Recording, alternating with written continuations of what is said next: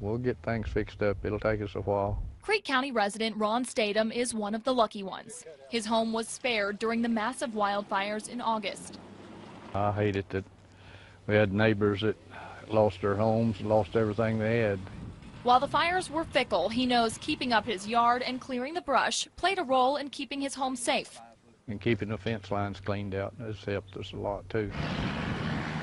But the massive fires were not Statham's first experience with wildfires, and he doesn't expect them to be his last, which means he's aware of all of the possible fire hazards, including the tree known as the eastern red cedar. The cedars I can understand because I have saw them during this fire, that we've had them catch on fire, and they just kind of explode. The tree can contribute to the spread of wildfires, according to the Oklahoma Forestry Service. The oils in there do act as an accelerant. You know, it's like putting gas on the fire. And so they do throw a lot of embers, and they do, there's a very vivid show when one of these things goes off. George Geisler, the director of the Oklahoma Forestry Service, says the eastern red cedar is a native tree. It's a tree that's been around for a long time. It's a tree that its spread was historically checked by fires. He says there are less natural wildfires than there were years ago, so the tree is spreading. And one Oklahoma lawmaker is making it his mission to raise awareness about the tree's potential dangers and get rid of it. We have what is called the Oklahoma Red Cedar Registry Board, which was a result of a bill that I passed 3 years ago. The registry is an online resource. It connects landowners, ranchers, and farmers with people who might be interested in purchasing the tree. These red cedars that are invasive and dangerous on our lands, we can turn that into money, an economic engine. Representative Morset says there are markets for the trees, and everything from the wood to the oils is useful.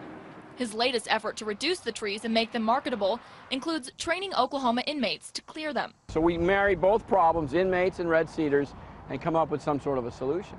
Morset says the bottom line, more needs to be done to slow down the spread of red cedars so they don't contribute to future disasters. Now is the time to act. Each day that we waste by not doing something, we waste another day of opportunity.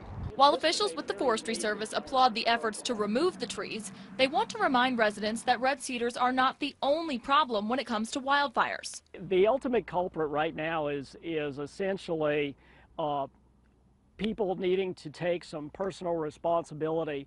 Geisler says when it came to the Creek County fires, the ground brush was the biggest factor, and it's something residents can do something about.